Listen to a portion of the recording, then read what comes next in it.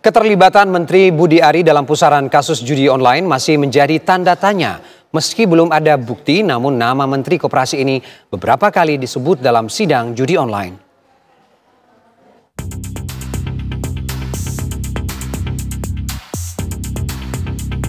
Menurut kuasa hukum terdakwa Denden Imaduddin Irfan Arifian, proses seleksi Adi Kismanto alias Aka berbuntut panjang hingga nama Menteri Budi Ari terseret dalam pusaran kasus ini.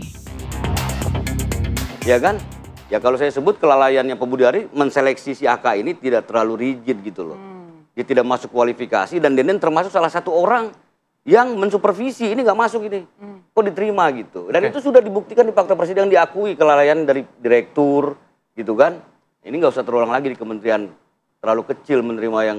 Tapi Denden itu sudah terlibat sebelum diajak Aka dan Agus atau setelah diajak Aka dan Agus? Ya kita harus akui dalam fakta persidangan memang masing-masing sebelumnya itu sebelum Aka masuk pada main masing-masing. Ya, tapi kan? kali ini lebih terorganisir. Lebih terorganisir.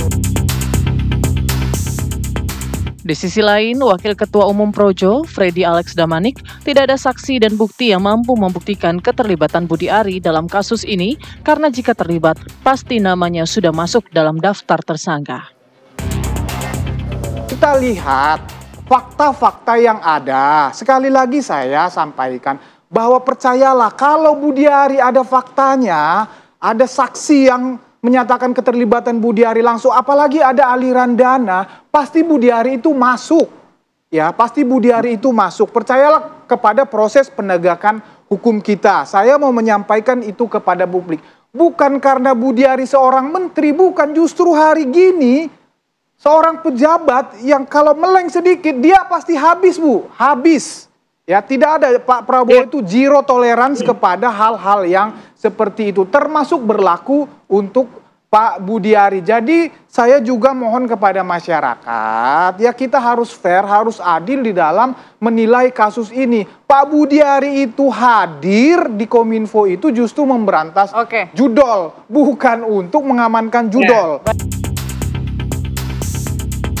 Pakar tindak pidana pencucian uang Yenti Garnasi merasa ada kejanggalan dalam kasus ini karena pembentukan klaster-klaster kasus sehingga aliran dana judi online dan tindak pidana pencucian uang tidak bisa secara jelas diungkap dalam kasus ini.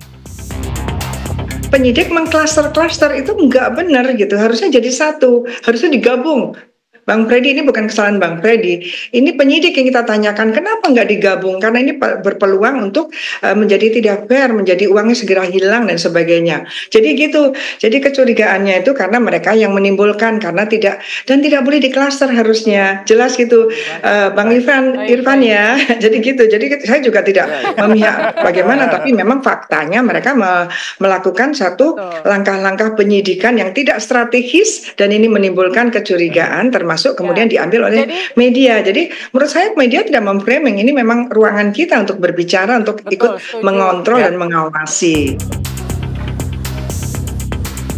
Persidangan kasus judi online rencananya akan kembali dilangsungkan pada hari ini, Rabu 18 Juni 2025, di mana sebelumnya pada Senin 16 Juni kemarin batal digelar lantaran saksi yang dihadirkan jaksa penuntut umum berhalangan hadir. Tim TV One mengabarkan.